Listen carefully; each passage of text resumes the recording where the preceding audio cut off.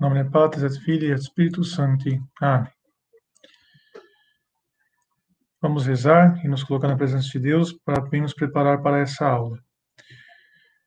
Pater noster qui es in celis, sanctificetur nomen tuum, advent regnum tuum, fiat voluntas tua, sicut in cielo et in terra.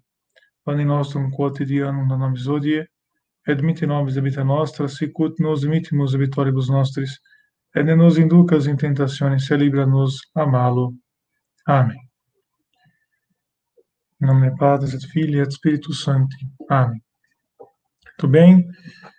Esse canal foi aberto recentemente, para colher alguns vídeos, homilias, reflexões, a fim de evangelizar e de usar então, esse meio para a divulgação da fé católica, como tantos outros que tem por aí. Então, nossa intenção é essa. Peço, então, que quem gostar do vídeo, curtir, também se inscrever no canal. Isso vai ser muito útil para nós e para divulgar a evangelização, a fé católica, nesses meios, nessas mídias sociais. Muito bem, hoje a aula é sobre a Quaresma e a preparação, e mais especificamente a Quaresma e o conhecimento de nós mesmos, o conhecimento que devemos ter do que nós somos, do que somos chamados a fazer, a ser, para termos a vida eterna. E antes disso, então, falar um pouco da Septuagésima, que é o tempo que precede a Quaresma, e, então, entrar no tema próprio da aula. Antes, só dizer que, para falar sobre o conhecimento de si mesmo e no contexto da Quaresma, eu usei um livro muito precioso, que está no Brasil, que se chama Quero Ver a Deus, do Frei Maria Eugênio do Menino Jesus. Ele é francês, ele morreu, se eu não me engano, em final dos anos 60, carmelita, e ele escreveu esse livro que ele reúne o conhecimento dos santos carmelitas, Santa Teresa de Jesus, São João da Cruz, Santa Teresinha do Menino Jesus, mas de modo especial aqui em hoje Santa Teresa. E eu vou trabalhar então um trecho desse livro, que fala a respeito do conhecimento de nós mesmos, a partir de Santa Teresa de modo especial, falando um pouco de São João da Cruz também, mas todo o esqueleto é baseado em Santa Teresa. Como conhecemos a nós mesmos, por que disso, para quê e como fazer. Então, esse livro eu recomendo, Eu Quero Ver a Deus, da editora Vozes, e o Frei, que já é beato, ele foi beatificado recentemente, se eu não me engano, preciso reforçar, mas podem procurar o nome dele, Frei Maria Eugênio do Menino Jesus, e vocês terão a confirmação. Um grande conhecedor dos carmelitas. Pois bem, eu peço então a equipe que coloque, vamos agora colocar, um momentinho ainda fique na câmera, vamos colocar a tela em seguida. Agora sim, vou voltar aqui. Isso. Quaresma, tempo para adquirir conhecimento de si mesmo. É o título da nossa aula. E o plano da aula é o seguinte: o tempo da Septuagésima, preparação para o espírito quaresmal, explicar o que eu disse a respeito da Septuagésima. Depois, o segundo ponto, Quaresma e conhecimento de si mesmo. Aí entramos propriamente no tema da aula, dividido nesses pontos, a partir do capítulo que nós vamos trabalhar. O conhecimento de si mesmo, como conhecimento psicológico, como conhecimento espiritual. E dentro do conhecimento espiritual, 3 pontos.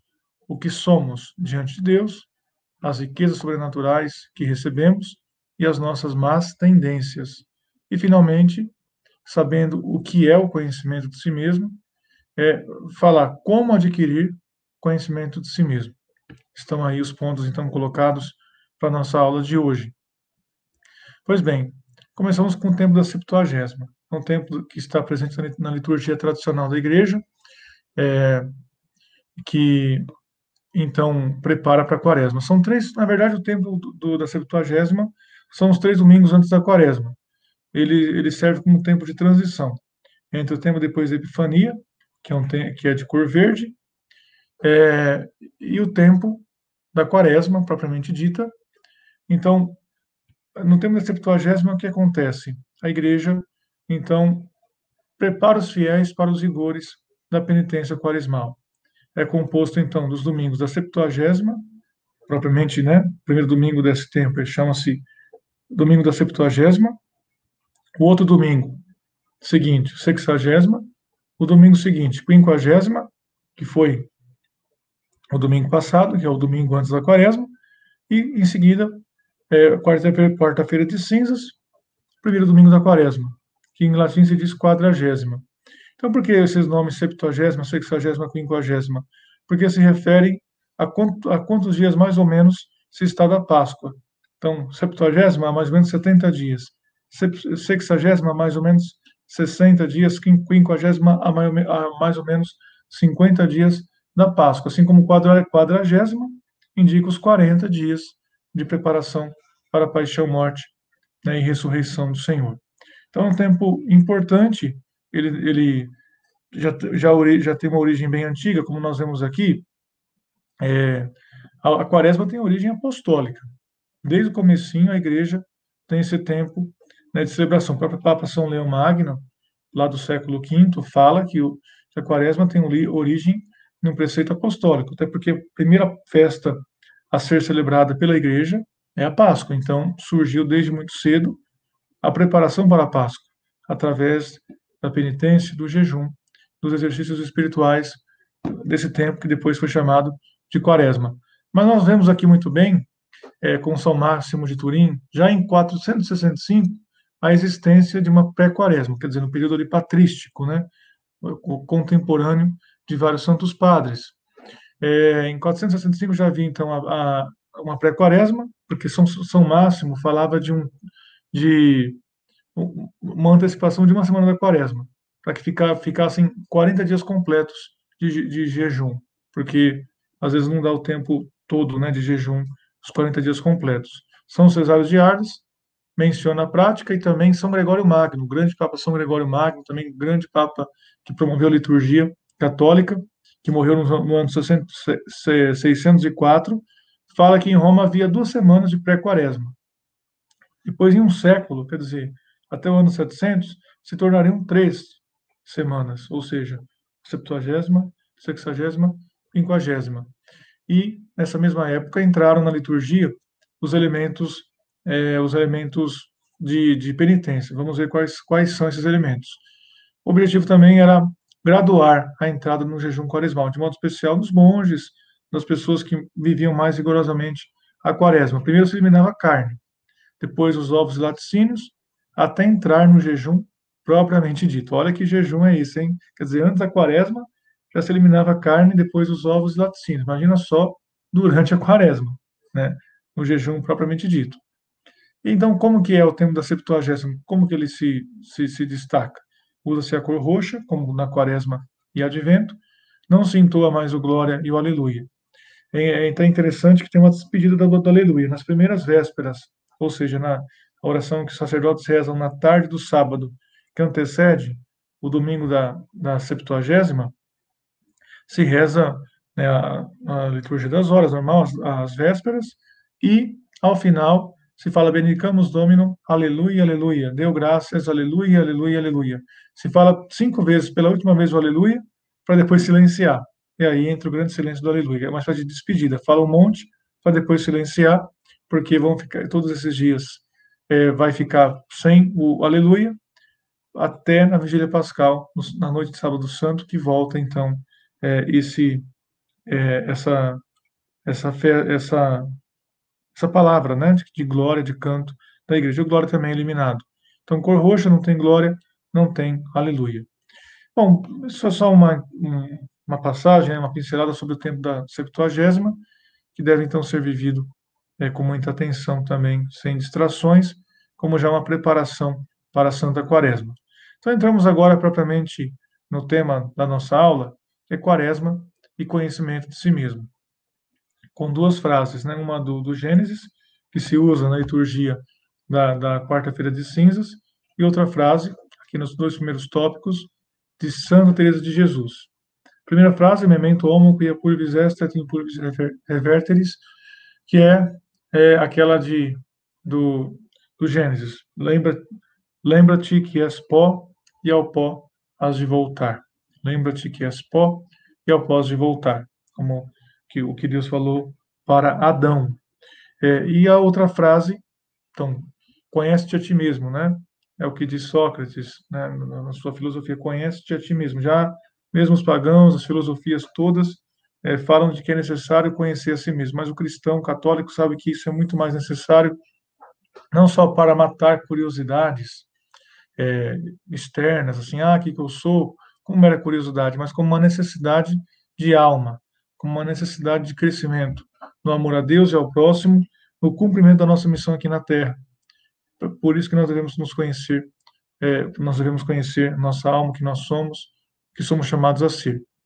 Então, Santa Teresa de Jesus, no livro da Vida, fala o seguinte: sendo o conhecimento o pão com que todos os manjares, por mais delicados, devem ser comidos nesse caminho de oração.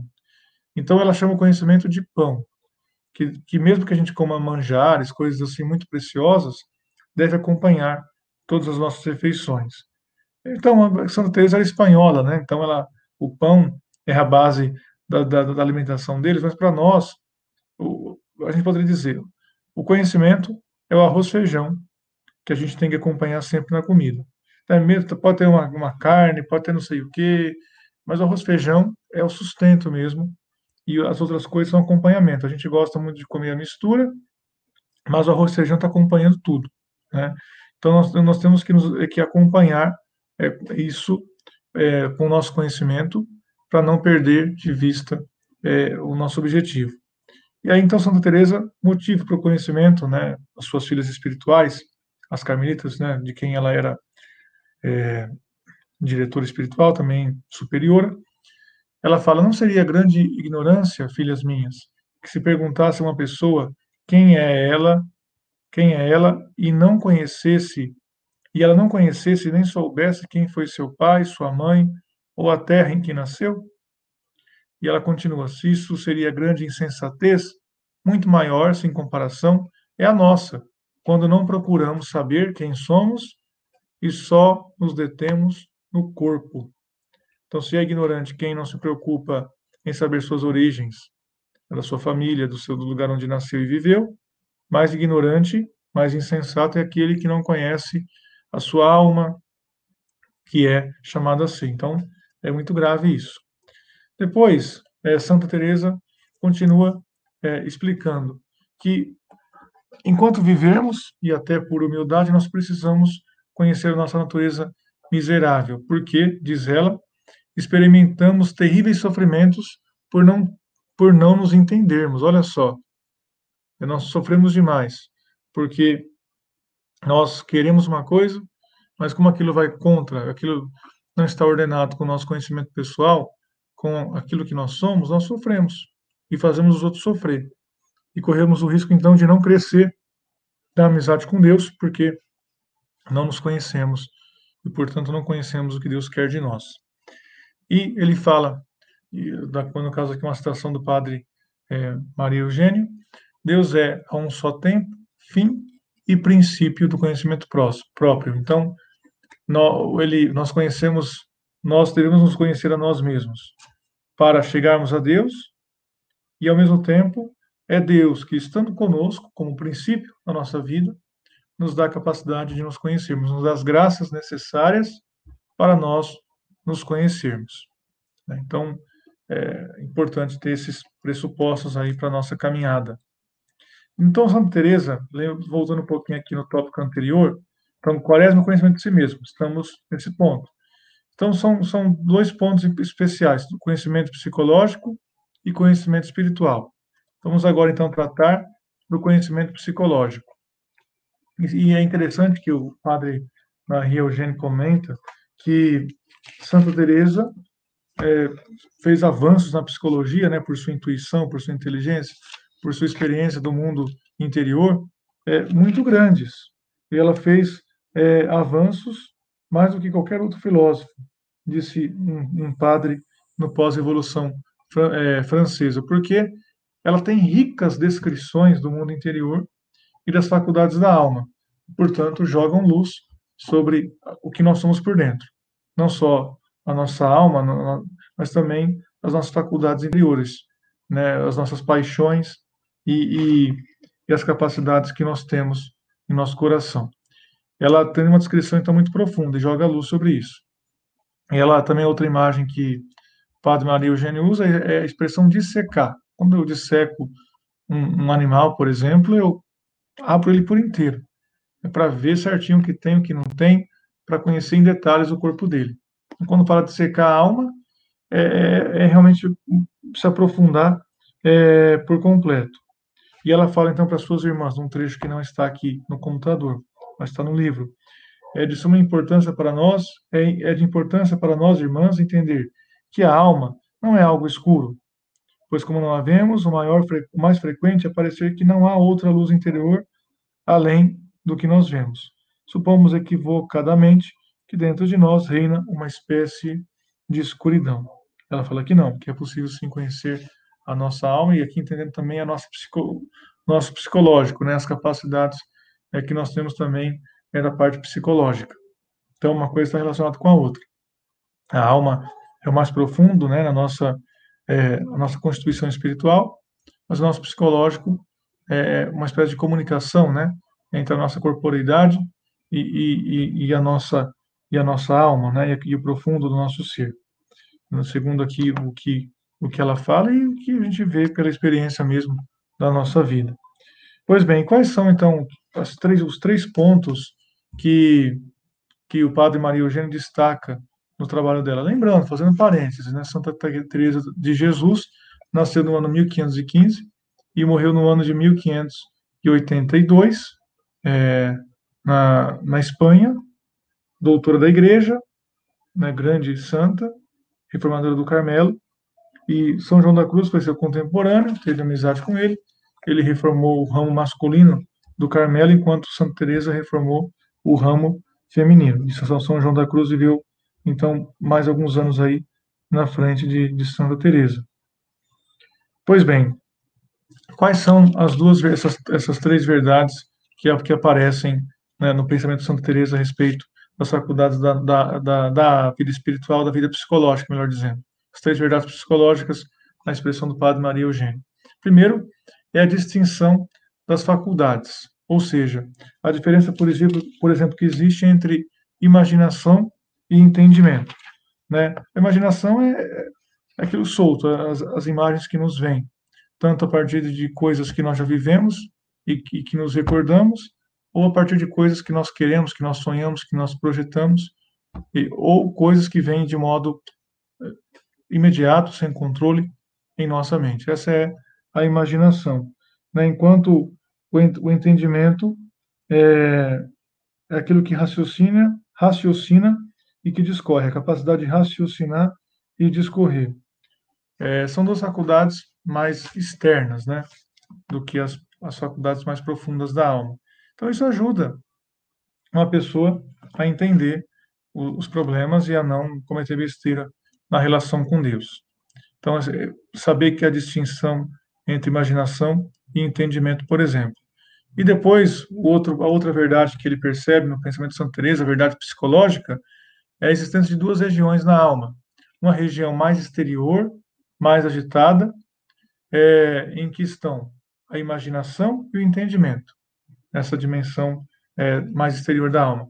E a dimensão mais interior, que é a mais tranquila, é onde se encontram as faculdades profundas da alma, inteligência, a vontade e a essência da alma. Lembrando que a nossa alma é capaz de conhecer e amar a Deus, conhecer e amar ao próximo por amor de Deus, ajudada pela graça de Deus.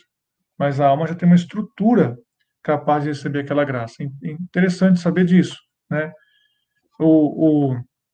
A nossa alma tem uma estrutura criada por Deus que a torna capaz de receber a graça, como, né, uma piscina tem estrutura capaz de receber a água. Se eu jogar uma água num lugar plano com barro, que lá vai secar, aquela água não vai ficar represada. Se eu jogar água numa piscina, a água vai ficar, então, represada ali, porque a estrutura toda é feita para isso. Então, a graça de Deus entra em nossa alma, porque existe uma estrutura colocada por Deus em nossa alma. Nessa estrutura, a parte mais externa é aquela que é a capacidade, né, de imaginar e de entender. O entendimento é a capacidade aqui de discorrer, não é propriamente a inteligência, que é mais profunda, mas a capacidade de discorrer de raciocinar, né? E aí que é mais agitado, porque a imaginação é descontrolada, o entendimento também, a gente vai pensando um monte de coisa, às vezes pensando coisas contraditórias, fazendo fazendo, eh, projetos que depois pensa pode ir no contrário do que a gente quer, depois pensa uma coisa, depois pensa outra, quer uma coisa, depois quer outra. Então é a parte mais externa e mais agitada. Acontece de imaginarmos alguma coisa que nos incomoda, que nós não queremos aquilo e queremos fugir daquilo. Tem gente que se perturba, né, porque não distingue entre essas duas faculdades, que são mais externas, e aquelas mais profundas, que são onde estão a inteligência e a vontade, capacidade de conhecer, capacidade de se decidir por Deus, pela verdade, pelo bem. A inteligência é a capacidade de conhecer, a vontade é a capacidade de escolher o bem, escolher a Deus e assim fazer o bem e santificar a alma. Então ela fala que o mais importante é que o profundo da alma esteja repousando em Deus. E ela fala no livro das Moradas, porque o Castelo Interior, ou Moradas, né, que é o livro dela, um dos mais conhecidos, depois tem o livro da Vida e outros mais.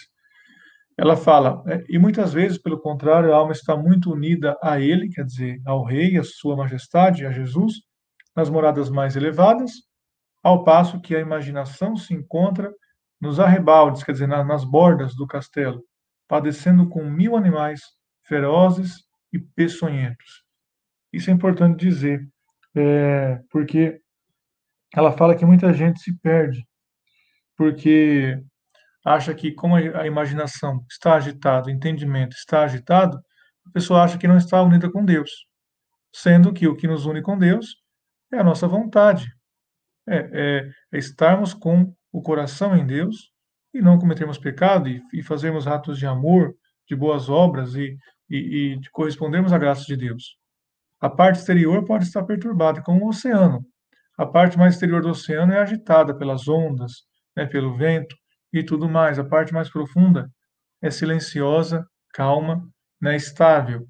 Assim também é a nossa alma. Então a gente não pode confundir, para nos conhecermos a nós mesmos. Né, eu sou muito agitado, eu sou muito ansioso, eu sou muito não sei o que, e acha que está assim ofendendo a Deus. Não, o que ofende a Deus é, não sabendo lidar com isso, cometer pecados, né? Cometer pecados a partir desse jeito mais ansioso, mais agitado. Ou também se é muito calmo, né? Se é muito parado, se é muito a imaginação não funciona muito, se também não, o entendimento trabalha devagar e a pessoa acha que não está fazendo a coisa direito. Não, o que nós temos que avaliar é se a nossa inteligência está amando a Deus e ao próximo, se a nossa vontade está praticando a vontade de Deus, correspondendo então ao amor dele, porque isso é o que conta de fato. Aqui a imagem do castelo que Santa Teresa usa é muito importante, porque o castelo tem vários cômodos, né? Vários andares. Ela fala de 7 moradas dentro do castelo. A primeira morada é aqueles que entram na graça de Deus. Fora do castelo são os que estão em pecado mortal. Dentro do castelo estão aqueles que estão na graça de Deus. Mas dentro desse castelo tem várias moradas, vários estágios de uma menor união com Deus e de uma maior união com Deus. Quanto mais sobe para as moradas, primeira morada, segunda morada, terceira, até a sétima morada, o que acontece? A pessoa vai se purificando dos pecados, vai fazendo penitência, vai crescendo no amor, vai adquirindo, então, as virtudes. Mas, mesmo nesse percurso todo, nos arrebatos do castelo, a imaginação às vezes padece mesmo do entendimento. E Santa Teresa vai dizer até mais para frente que dentro do castelo tem animais peçonhentos, perigosos, que querem machucar e ferir as almas que lá se encontram, né? Para tentar expulsá-las para fora do castelo, para tentar tirá-las dessa caminhada de subida para o castelo. Então, aqui é um parênteses também que muita gente se confunde, tem que distinguir entre tentação e pecado. Tem gente que vem um pensamento horrível, né, um pensamento blasfemo ou um pensamento pornográfico na mente, acha que já cometeu pecado. Não. O pecado está em consentir com aquele pensamento. Se houve consentimento com a blasfêmia, então deu asa para aquele pensamento. Se deu consentimento para o pecado, para a imaginação impura, para a sugestão de pensamento impuro que veio, aí sim há pecado. Mas se lutou contra ele, tentou combater, rezou para Deus, para Nossa Senhora, para o anjo da guarda, para lutar contra aquilo, então não houve pecado. Se demorou para afastar, né, ficou meio distraído, demorou para afastar aquele pensamento, cometeu pecado venial. Mas só é pecado mortal quando há um consentimento explícito, quer dizer, quando a vontade, que é essa faculdade mais profunda da alma, como nós vemos aqui, que está na região mais interior da alma, quando a vontade dá adesão a alguma coisa ruim. Aí sim, nesse ponto está o pecado. E outro ponto também, então, primeiro ponto aqui, retomando, distinção das faculdades da alma, depois, existência de duas regiões na alma, a região exterior, que é mais agitada, a região interior, que é mais tranquila, né? E o terceiro ponto é a distinção entre alma e espírito, ou relação entre essência da alma e potência intelectual. Aqui, muitas pessoas perguntam, né? Qual a diferença entre alma e espírito? Algumas pessoas, né, alguns filósofos falam que é a mesma coisa, que são formas diferentes para falar da mesma realidade, porque a composição da alma é espiritual. Então, a alma é um ser espiritual. Mas, é, outros também dizem que essa distinção de termos não é por acaso, que, na verdade, né, a alma é o ser espiritual, é a nossa dimensão espiritual, mas que o espírito é é a capacidade da alma de sair de si mesma, de ir para além. E aqui Santa Teresa, no caso aqui, a capacidade da alma de se unir a Deus, de saindo de si mesma, se unir a Deus e, por consequência, se unir ao próximo. Alguns dizem que o espírito é, então, a capacidade que nós temos de participar da natureza de Deus. Tem a ver com a semelhança que nós chamamos a ter com Deus, porque quando fomos criados à imagem e semelhança de Deus, pelo pecado perdemos a semelhança porque não nos tornamos mais seres agraciados. Com o batismo recuperamos a semelhança com Deus, ou seja, recuperamos a capacidade, né, já está em ato a nossa capacidade de sermos filhos de Deus e de participarmos do que é de Deus. Tudo que é de Deus pertencer a nós. Então, qual é a distinção entre alma e espírito, então, segundo Santa Teresa? É a mesma distinção que existe entre o Sol e os raios. Os raios vêm do Sol, mas saem dele, vão para além dele mesmo, né? Mas pertencem ao Sol. Então, nesse sentido, como ela fala aqui, a alma que se eleva por uma parte superior do espírito, saindo por cima de si mesmo. Saindo por cima de si mesmo. Tem a capacidade de ir para além. Então, o espírito tem a capacidade, em resumo, né, de, de se unir a Deus. Capacidade que a alma tem de se unir a Deus e assim também, claro, o corpo junto com a alma. Então, esse é o ponto. Depois, o segundo ponto é o conhecimento espiritual, recordando os três pontos dentro dele. Ou melhor, dois pontos. O que somos diante de Deus e as riquezas sobrenaturais. Peço então que volte por um momento a câmera, para a gente ver aqui. Pois bem, agora vamos entrar num ponto importante, que ela fala propriamente da parte espiritual, a parte mais nobre, e as dimensões da nossa alma. Primeiro ponto, então, eu peço que volte aqui para a tela, é o seguinte: o que somos diante de Deus. E o conhecimento, e por que, então, o conhecimento espiritual é importante? Explica o padre Maria Eugênio, na página 80 desse livro. Se o conhecimento psicológico é útil à perfeição, o conhecimento espiritual faz parte dela, pois alimenta a humildade e se mescla com ela. Então, conhecimento de si é como que sinônimo de humildade, porque quem conhece, conhece a verdade. E a humildade é a verdade sobre nós mesmos. É verdade que tem um capítulo em que ele vai falar especificamente da humildade, mas uma coisa não existe sem a outra. Quem é humilde de verdade se conhece de verdade. Quem não se conhece de verdade não consegue ser humilde. o máximo que vai ter uma falsa humildade, né? Aquela humildade de se achar horrível, incapacitado para tudo, de se achar o pior de tudo e desesperar da salvação, por exemplo. A gente que desespera da salvação porque acha que não pode mais nada, que não tem mais o que se resolver com seus pecados. E também, é claro, que não conhece a si mesmo, quem se acha o máximo, quem se exalta, quem dispensa a ajuda de Deus, ajuda da graça, quem acha que não precisa da palavra de Deus, dos sacramentos, da igreja, do magistério, para poder se guiar pelo caminho de Deus. Pois bem, então, primeiro ponto, o que somos diante de Deus. É o primeiro ponto. E interessante também a frase lapidar, né, que Santa Teresa coloca, que Deus é amigo da ordem e da verdade. Por isso, nossas relações com Ele devem se basear no que Ele é e no que nós somos. E o que Ele é, o que nós somos? Existe um abismo infinito que nos separa de Deus, porque Ele é o tudo e nós somos o nada. Ele é o absoluto e nós somos aquilo que não é absoluto, pelo contrário. Ele é o ser por excelência e nós somos ser por participação no ser dele. Nada é de verdade a não ser Deus. Todo ser no mundo, desde o ser humano até o menor dos animais e das plantas, participa do ser de Deus, em graus diferentes, porque os seres têm graus de perfeição diferentes. O homem é mais perfeito que o cachorro, que por sua vez é mais perfeito que, que, uma, que uma bactéria, por exemplo, né? Mais perfeito do que um outro tipo de animal. Então, tem graus diferentes. Pois bem, o que somos diante de Deus?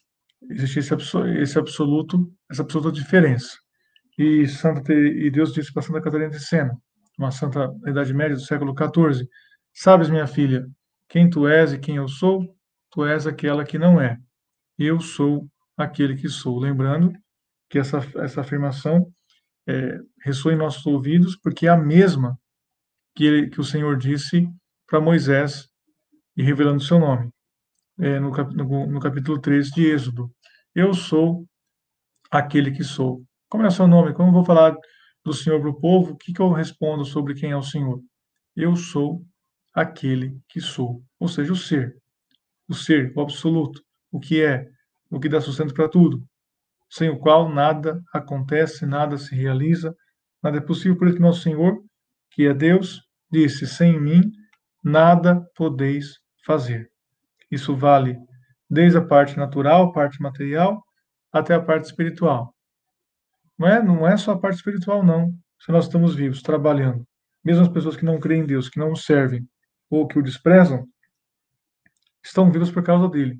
O que fazem de bom é pela graça dele, porque ele concede a graça de que eles façam isso, mesmo que eles não reconheçam, mesmo que rejeitem, mesmo que estejam até em pecado mortal. Não há nada de bom neste mundo que não venha de Deus, que não seja uma participação no ser de Deus. A própria vida que se mantém, que se cria, que se sustenta, isso vem de Deus. Depois, então, do pecado original, esse abismo fica ainda mais evidente. O pecado, meus caros, é um crime de lesa majestade, quer dizer, a gente ofende o Rei dos Reis, o Senhor dos Senhores.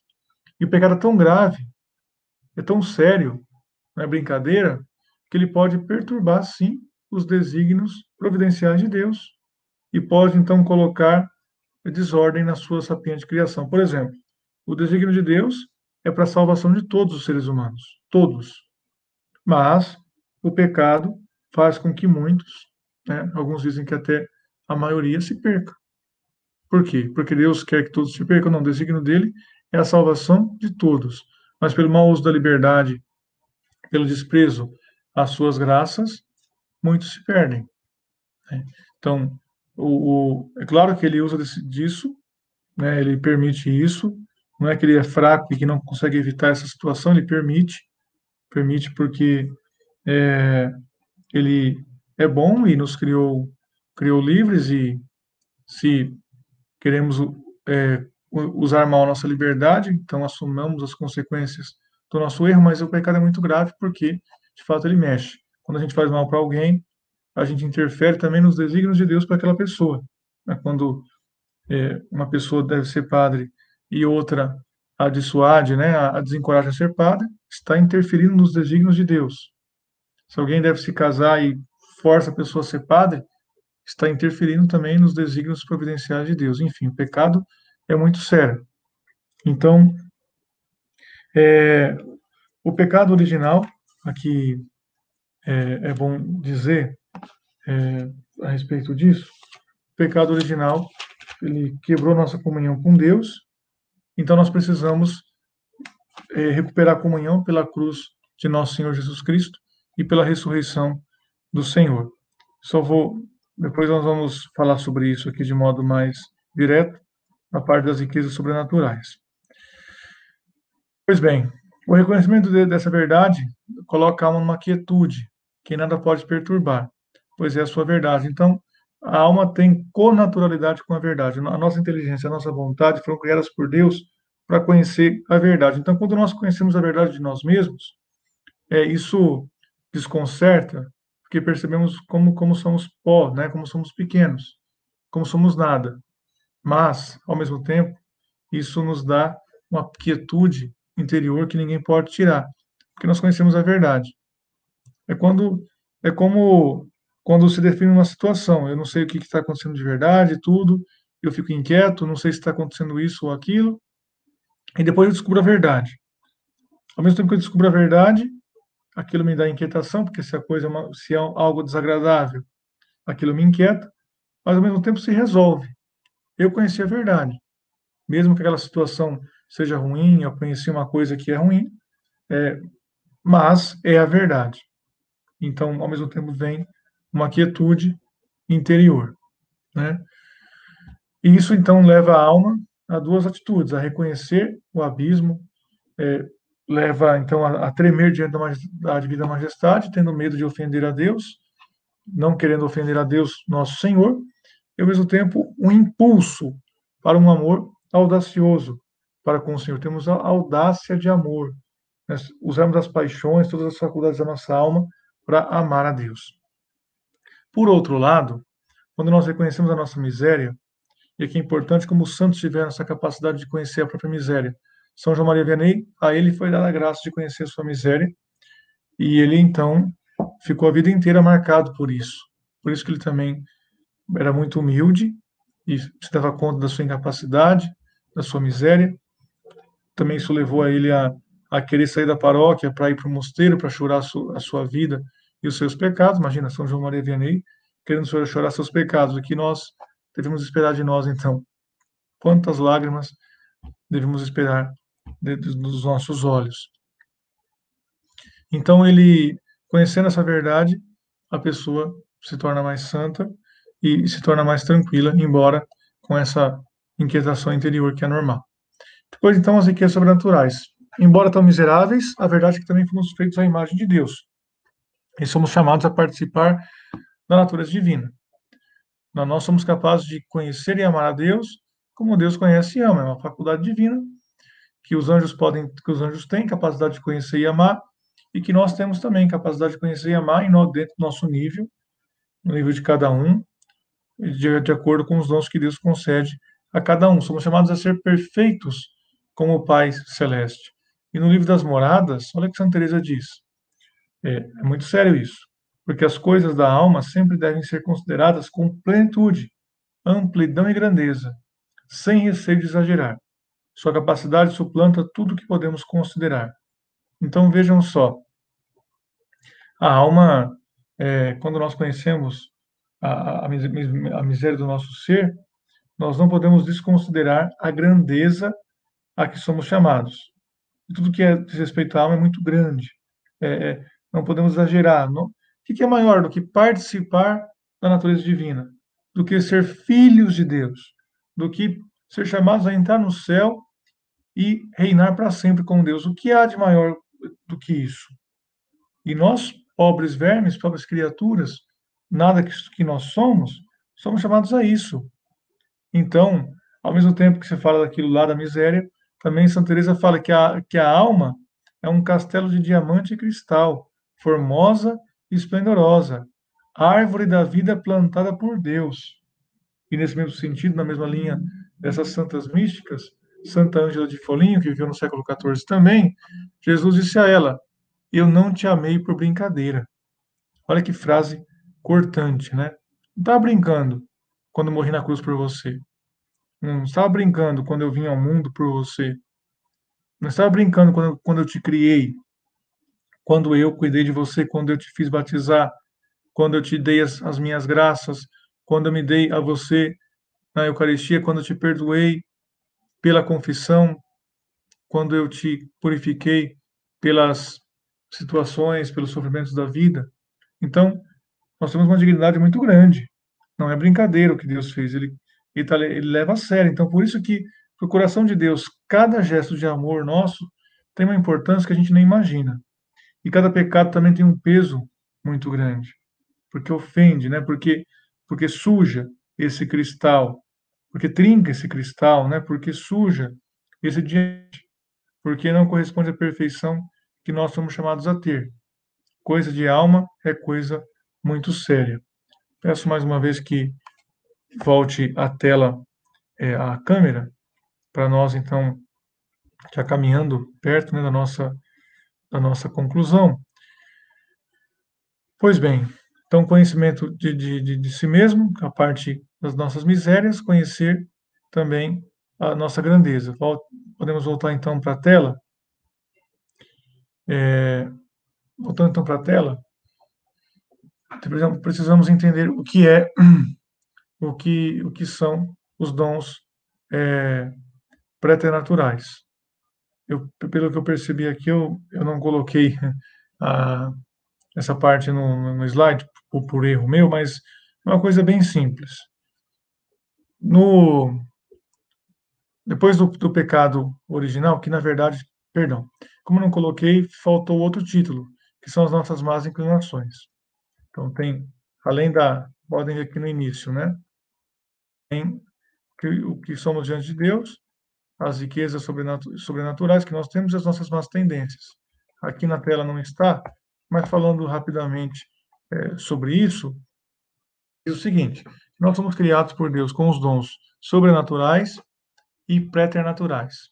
Quais são os dons sobrenaturais? A nossa união com Deus, a graça santificante, a nossa capacidade de entrar no céu. Quais são os dons preternaturais? O domínio das paixões e estar isento da doença e da morte. Então, Deus nos criou com o dom de dominar as paixões, quer dizer, esses movimentos de alma que nós temos, esses impulsos que nós temos, né, que mal controlados nos fazem sofrer e fazem com que nós cometamos grandes pecados, e se controlados, se ordenados, faz com que tenhamos boa conduta e amemos a Deus e façamos o bem para o nosso próximo. Pois bem, esses impulsos estão controlados quando nós temos os dons preternaturais em Adão e Eva. E a imortalidade, e o fato de não ficar doente. Depois que Adão e Eva cometeram o pecado original, o que aconteceu? Nós perdemos os dons sobrenaturais e preternaturais. Ou seja, perdemos a união com Deus, que é o mais importante, que é gravíssimo, né? E depois perdemos a capacidade de dominar as paixões, por isso que a desordem interior. Quero uma coisa, sei que o bom é outra, mas eu quero outra coisa. Né? Meu impulso vai para um lado, mas eu sei que o certo é para o outro. Às vezes a tendência a ficar irado, a tendência a ter um amor desordenado por alguém, a ter um amor desordenado por algum objeto, pelos bens materiais, por exemplo, são as paixões descontroladas, né? Mas, então a natureza humana perdeu isso, então entrou a morte, a doença, a falta de domínio das paixões, entrou então o inferno, quer dizer, nós naquela condição iríamos todos para o inferno, mas depois do batismo, no qual recebemos os méritos da cruz de Cristo, nós recuperamos os dons sobrenaturais, a união com Deus. E temos mais ainda, a filiação adotiva. Nós nos tornamos filhos de Deus, filhos adotivos de Deus em Cristo, por causa da encarnação de nosso Senhor Jesus Cristo. Mas nós não recuperamos por si mesmo o domínio das paixões, nem a isenção da doença e da morte. Nós continuamos ficando doentes, morrendo, e temos que lutar contra as paixões. Essas más inclinações que estão em nós, a igreja chama de concupiscência, que não se apaga com o batismo, que serve então para nós lutarmos.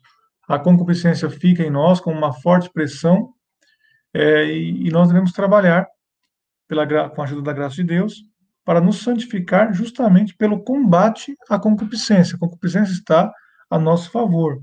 Se nós, combatendo essas más inclinações, pela graça de Deus, com a ajuda dos sacramentos, que é impossível combater e vencer isso sem a ajuda da graça de Deus, nós vamos então crescendo na amizade com Ele. Se não tomarmos cuidado, mesmo que estejamos presos por um fio, por um apego terreno, por uma coisa, nós não conseguimos voar, porque um passarinho não consegue voar se está amarrado, nem que seja por uma linha muito fina, mas está amarrado, não consegue voar. Então nós temos que conhecer as nossas más tendências, sobretudo as que dominam em cada pessoa. Cada um tem uma má inclinação que é dominante, assim como tem uma virtude, uma boa inclinação que é dominante. Precisamos conhecer para o amor de Deus e para um combate sem trégua. Que Nosso Senhor disse, vigiai e orai, para não cair em tentação. E finalmente aqui, que é mais curto, como adquirir conhecimento de si mesmo. Então a vida espiritual não é egocentrismo, não é uma busca obsessiva por si mesmo, pelas más inclinações, pelas virtudes, aquela coisa só em torno de si mesmo. Alguns falam, mas esse povo só pensa neles, só pensa, né, em pecado, em virtudes, fica olhando para si mesmo e esquece dos outros. Não é verdade. Porque o conhecimento de si mesmo é adquirido a partir do conhecimento de Deus. O místico de verdade, aquele que de fato é místico, aquele que de fato é uma pessoa espiritual, amiga de Deus, essa pessoa olha para Deus, conhece a Deus, e a partir de Deus, a partir da luz de Deus, o sol de Deus em nossa alma, aparecem os nuances de que nós somos, né? Assim como a luz do sol, nós vemos a beleza ou a feiura de um ambiente. O sol ilumina e mostra a verdade. Se é feio, se é bonito, o que é. Mas nós, por Deus, nós conhecemos quem nós somos. Então, a primeira coisa, unir-se a Deus, para ter um verdadeiro e útil conhecimento de si mesmo. E ela fala, a meu ver, jamais chegamos a nos conhecer totalmente, se não procurarmos conhecer a Deus. Olhando a sua grandeza, percebemos a nossa baixeza. Observando a sua pureza, vemos a nossa sujeira. Considerando a sua humildade, constatamos que estamos longe de ser humildes. Isso é muito importante. Isso não deve... Aí fica a pergunta, mas se eu conheço tudo isso, eu vou ficar melancólico, vou ficar desencorajado, porque eu percebo que eu sou muito pecador. E aí o demônio vai e age tentando, a partir de um conhecimento verdadeiro, nos tirar conclusões falsas. Ele quer então que nós fiquemos desencorajados, desesperados, apavorados, e assim não progredamos espiritualmente. E o que a Santa Teresa coloca como critério para distinguir entre um conhecimento de si mesmo que é útil, que vem de Deus, e aquele que é inspirado pelo demônio, aquele que é confundido, né? Que é semeado pela confusão do demônio. Ela fala o seguinte: a humildade não inquieta, não desassossega, nem deixa a alma em alvoroço. Ao contrário, vem com paz, com contentamento e tranquilidade. Então, quem conhece a Deus e não se deixa levar pelas tentações do demônio, conhecendo a si mesmo, então vai perceber sua miséria, mas ao mesmo tempo vai se jogar em Deus, vai se lançar em Deus, confiando nele. Agora, se a pessoa vê a própria miséria e se desespera, então isso não vem de Deus. O demônio que tenta confundi-la para destruir a vida espiritual dentro dela, dentro do coração dela. Então, o que vem de Deus não inquieta. O que vem do mal causa inquietação terrível. É isso, então. Eu peço que voltemos à nossa câmera, que assim, a quaresma, evidentemente, precisamos nem falar, mas só reforçando, pelas suas práticas. Ela é feita, né, tem tantas coisas, inspirada por Deus, a igreja, para nós nos conhecermos a nós mesmos, conhecermos o que nós precisamos mudar em nós, o que nos afasta de uma maior união com Deus, por isso, então, a Santa Missa, a liturgia, por isso, o exame de consciência, a leitura espiritual, a ajuda ao próximo, o jejum, que nos leva a dominar as nossas paixões, as nossas inclinações, a oração, que nos leva a nos unir com Deus, a esmola, que nos leva a ver a necessidade do nosso próximo, a sairmos da nossa ilha de conforto e nos esquecendo que o próximo também precisa de nós, e nós vamos nos santificar justamente ajudando o nosso próximo. Então, tudo isso mostra muito bem que a Quaresma é um tempo propício para adquirir o conhecimento de si mesmo, que é uma coisa para toda a vida. Mas cada Quaresma deve ser um tempo forte, um marco forte nessa caminhada. Então, que Deus ajude e abençoe vocês e que vocês tenham, então, uma santa Quaresma e um adequado e útil conhecimento de si mesmos. Vamos, então, rezar a Nossa Senhora, pedindo a sua poderosa intercessão sobre nós.